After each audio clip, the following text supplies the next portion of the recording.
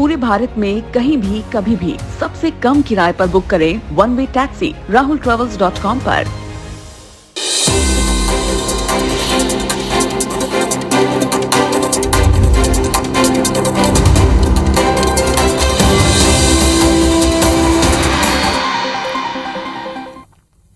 नमस्कार, मध्य प्रदेश के सबसे विश्वसनीय न्यूज चैनल पर अगले 24 मिनट में हम आपको दिखाएंगे कि मध्य प्रदेश में आज क्या हुआ। पूरी खबर 1 मिनट में, साथ ही सुपरफास्ट अंदाज में दनादन 50 खबरें। तो चलिए शुरू करते हैं नंबर 1 न्यूज बुलेटिन।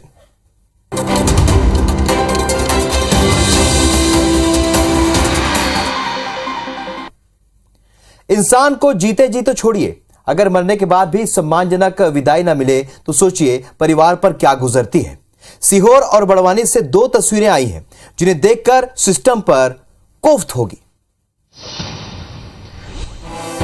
ये 2 तस्वीरें इंसानियत को शर्मसार कर रही हैं। पहली तस्वीर सीहोर की है जबकि दूसरी तस्वीर बड़वानी की। पहले आपको बताते हैं कि बड़वानी में आखिर ये लोग खाट पर लाश उठाकर क्यों ले जा रहे हैं। दरअसल सिंधवा जिले के बिजासन इलाके में शांतिलाल नाम के युवक ने खुदकुशी कर ली थी, जिसका शव खाट पर रखकर 3 किलोमीटर तक चलना पड़ा, क्योंकि कीचड़ से सने खराब रास्ते के चलते एम्बुलेंस तो दूर, बाइक चलाना भी दूभर है। लोग यहाँ पर कई सालों से सड़क बनाने की मांग कर रहे हैं। वो फांसी लगा रहे थे, एक लड़का पीएम बन जाने के लिए खड्डे में उठा के जाना, रास्ता नहीं हमारे को फुलिया बन जानी चाहिए, रोड बन जानी चाहिए। खाट पे उठा के लाया है, 2 किलोमीटर रास्ता हमें तकलीफ करना पड़ता है। ऐसी डिलीवरी बॉय हो जाए जो भी हमको तकलीफ होती है। और मानवता को शर्मसार करती ये तस्वीर सीहोर की है, जहाँ बाइक पर एक शख्स कोई सामान लेकर नहीं जा रहा, बल्कि एक युवक का शव है, जिसे मरने के बाद भी सम्मान से वो नहीं ले जा सके। दरअसल युवक की मौत पार्वती नदी में डूबने से हुई थी। SDRF ने शव निकालकर परिजनों को सौंप दिया था। उसे गाँव ले जाने के लिए न तो शव वाहन मिला और न ही एम्बुलेंस।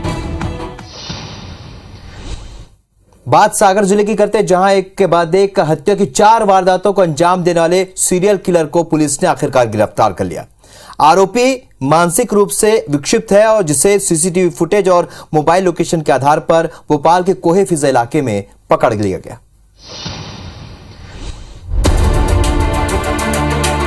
सागर में हफ्ते भर में 3 चौकीदारों को मौत के घाट उतारने वाले कातिल को पुलिस ने अपनी गिरफ्त में ले लिया है। पुलिस के मुताबिक आरोपित शिव प्रसाद मानसिक रूप से विक्षिप्त है, जिसने भोपाल के बैरागढ़ इलाके में मार्बल दुकान के चौकीदार की भी हत्या की थी। वहीं सागर में 3 चौकीदारों को भी मौत की नींद सुलाया था। जो आधार कार्ड है उस पे उसका नाम शिव प्रसाद है। सागर जिले के केसली थाना के अंतर्गत रहता है। वो 3 घटनाएं सागर की उसने की है।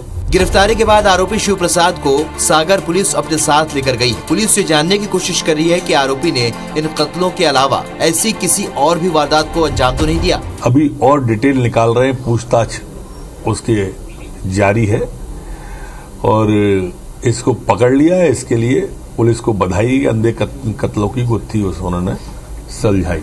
आरोपी मोबाइल और पैसे के लिए हत्या की वारदात को अंजाम देता था।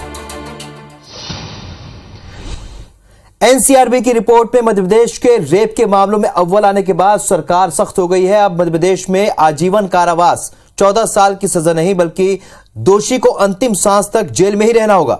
सरकार ने प्रदेश में 2012 से लागू नीति में संशोधन कर दिया है। जघन्य अपराध करने वालों पर यह नीति लागू होगी।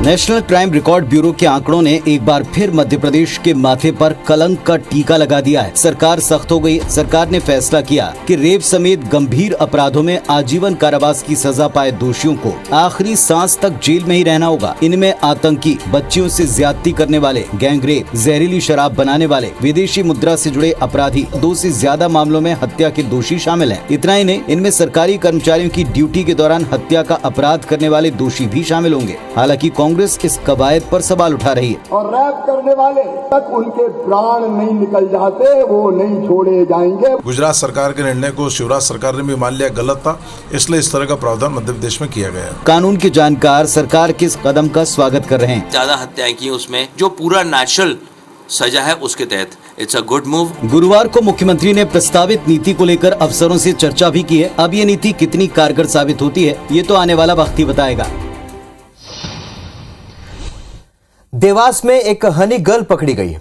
हनी ट्रैप केस की आरोपी महिला को देवास पुलिस राजस्थान के भीलवाड़ा से कल गिरफ्तार करके लाई थी, जिसे आज कोर्ट में पेश किया गया। महिला पर एक डॉक्टर को ब्लैकमेल करने का आरोप है। अपना चेहरा छुपाए पुलिस कस्टडी में कोर्ट जाती इस महिला का नाम जोया है, जिस पर देवास के डॉक्टर पवन कुमार चिल्लोरिया को हनी ट्रैप में फंसाकर ब्लैकमेल करने के आरोप है।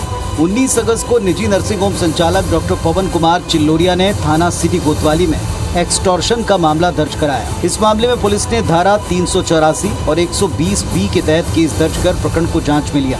2 डॉक्टर और ट्रैप में उलझाने वाली एक महिला पर प्रकरण दर्ज कर इस केस की जांच शुरू की गई। पुलिस ने लगातार ट्रेसिंग कर महिला का पता लगाया और जोया नाम की इस महिला को राजस्थान के भीलवाड़ा से गिरफ्तार किया। देखिए, जो एक्सटॉर्शन का केस रजिस्टर किया गया था कोतवाली थाना क्षेत्र में, उसमें कल उसकी जो मुख्य आरोपियां हैं उसको भीलवाड़ा से गिरफ्तार करके लाया गया है। अब पूरा मामला जान लीजिए। जोया ने डॉक्टर पवन चिल्लोरिया से फोन पर दोस्ती की। इसके बाद उनके बीच धीरे धीरे बातों का सिलसिला बढ़ा। बाद में जोया देवास डॉक्टर से मिलने पहुंची। मुलाकातों के सिलसिले के दौरान पीड़ित की अश्लील वीडियो बनाई गई, जिसके आधार पर डॉक्टर को ब्लैकमेल कर 9 लाख रुपए ले लिए गए। सीएम शिवराज सिंह चौहान ने आज इंदौर को बड़ी सौगात दी। उन्होंने लवकुश चौराहे पर फ्लाईओवर का भूमि पूजन किया। इस दौरान उन्होंने दावा किया कि 10 साल बाद इंदौर मेट्रो सिटीज को भी पीछे छोड़ देगा। विकास की दृष्टि से इंदौर आज नई उड़ान भर रहा है। सीएम शिवराज ने अपने इंदौर दौरे के आखिरी कार्यक्रम में लवकुश चौराहे पर 52 करोड़ की लागत से बनने वाले फ्लाईओवर का भूमि पूजन किया। कार्यक्रम को संबोधित करते हुए उन्होंने पीथमपुर में बनने जा रहे इकोनॉमिक कॉरिडोर पर किसानों के जमीन आवंटन को लेकर कुछ लोगों पर भ्रम फैलाने का आरोप लगाया। साथ ही उन्होंने भरोसा दिलाया कि किसानों के साथ नाइंसाफी नहीं होगी। विस्तार में नहीं जा रहा, लेकिन आज एक फ्लाईओवर का यहाँ भूमि पूजन हुआ। दूसरा फ्लाईओवर और बनेगा जो इसके ऊपर से निकल के उज्जैन रोड तक बाणगंगा से जाएगा। सीएम शिवराज ने दावा किया कि इंदौर अगले 10 सालों में महानगरों को भी विकास के मामले में पीछे छोड़ देगा। ये इंदौर के लिए विकास कार्यों का स्वर्णिम काल है। सार्वजनिक उपयोग की जमीन छोड़ के बाकी जमीन पर उनको पट्टा देके उसका मालिक बनाने की रणनीति हम बनाएंगे। मुख्यमंत्री ने भू आवासीय योजना के तहत गरीबों को प्लॉट दिए जाने की बात भी कही, ताकि कोई भी सड़क पर जीवन यापन न करे। ग्वालियर में मेयर पद गंवाने के बाद बीजेपी अलर्ट है और अगले साल होने वाले चुनाव से पहले सब कुछ ठीक करना चाहती है। इसलिए अलग अलग विषयों पर एक्सपर्ट 12 वरिष्ठ पार्षदों को नगर निगम के परिषद में नॉमिनेट करने की तैयारी है और वहीं कांग्रेस ने बीजेपी की कवायद पर तंज कसा है। अगले साल होने वाले विधानसभा चुनाव से पहले बीजेपी अपने संगठन को जिले से बूथ स्तर तक मजबूत करने के साथ रूठों को भी मनाने की कवायद में जुटी है। यही वजह है कि ग्वालियर में रूठे कार्यकर्ताओं को एडजस्ट करने की तैयारी है। निकाय चुनाव में किसी वजह से टिकट से वंचित रहे कार्यकर्ताओं की नाराजगी वरिष्ठ पार्षद यानी एल्डरमैन बनाकर दूर की जाएगी। बीजेपी 10 लाख से ज्यादा आबादी वाले निगमों में 12 वरिष्ठ पार्षद नियुक्त करेगी, जिनकी संख्या पहले 6 हुआ करती थी। सरकार इसमें चाहेगी तो अमेंडमेंट कर सकती है और बढ़ा सकती है। उसका उद्देश्य ये है कि नगर निगम का कामकाज ठीक से चले। वहीं कांग्रेस बीजेपी की इस कवायद को सत्ता में बने रहने का हथकंडा बता रही है। जो नियम था उसके हिसाब से 6 बनती थी। सरकार पहले नियम बनाएगी, नियम अगर विधानसभा में आएगा तो उसमें भी बनेगा। पूरा जो नगर निगम एक्ट है उसमें बदलाव किया जाएगा, उसके बाद ही सरकार बनाएगी। वैसे निगमों में 12 वरिष्ठ पार्षदों की नियुक्ति होनी है, लेकिन दावेदारों की संख्या 10 से 12 गुना ज्यादा है। लिहाजा इस मोर्चे पर भी चुनौती कम नहीं है।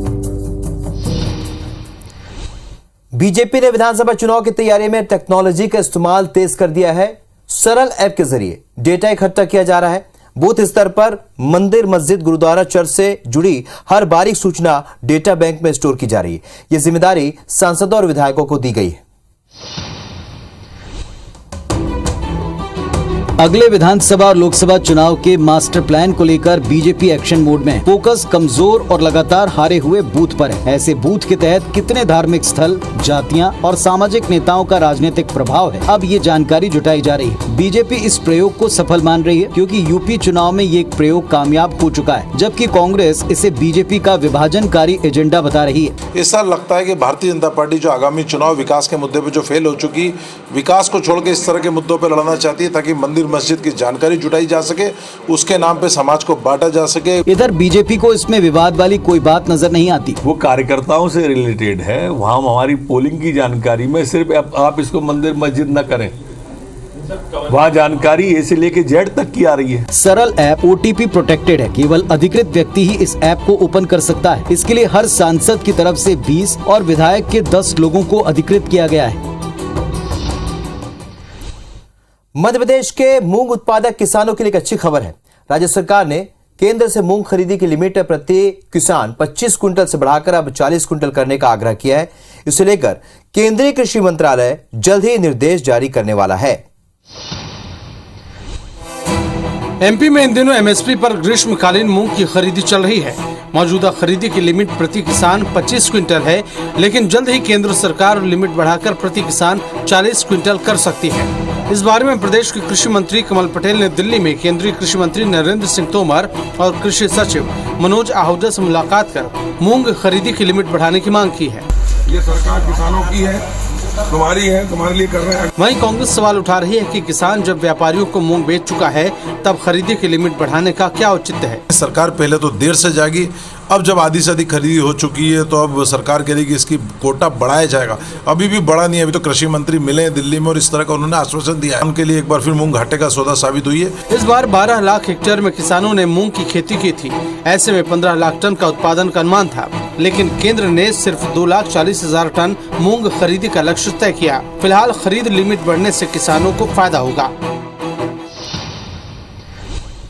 सतना जिले के चित्रकूट स्थित सिद्धा पहाड़ को बचाने की मुहिम रंग लाई है। IBC24 ने भी इस खबर को प्रमुखता से दिखाया, जिसके बाद सीएम शिवराज ने बड़ा फैसला लिया। उन्होंने जिला प्रशासन को सिद्धा पहाड़ पर खनन नहीं करने के निर्देश दिए। भगवान श्री राम की तपोभूमि चित्रकूट में स्थित ये वही सिद्धा पहाड़ है जहां उत्खनन की तैयारी चल रही थी, लेकिन मुख्यमंत्री के ट्वीट के बाद इसके संरक्षण की उम्मीद जागी है। सीएम शिवराज ने ट्वीट किया कि सिद्धा पहाड़ में उत्खनन किसी कीमत पर बर्दाश्त नहीं किया जाएगा। इस बारे में सतना जिला प्रशासन को निर्देश दे दिए गए हैं। इसलिए सिद्धा पहाड़ में किसी भी प्रकार के खनन की अनुमति देना या उस धरोहर को नष्ट करना ये बहुत ही गलत है। सीएम साहब का बयान है वो हमारे लिए सर्वमान्य है। चित्रकूट में जो विद्या परिवार की लीज निरस्त की गई है बहुत स्वागत योग्य है। सिद्धा पहाड़ पर उत्खनन रोकने को लेकर मुख्यमंत्री के फैसले का सतना जिले के लोगों ने भी स्वागत किया है। सिद्धा पहाड़ जो हमारे देश की, पूरे भारत देश की धरोहर है और सब यह स्वागत योग्य है कि उन्होंने यह कार्य किया।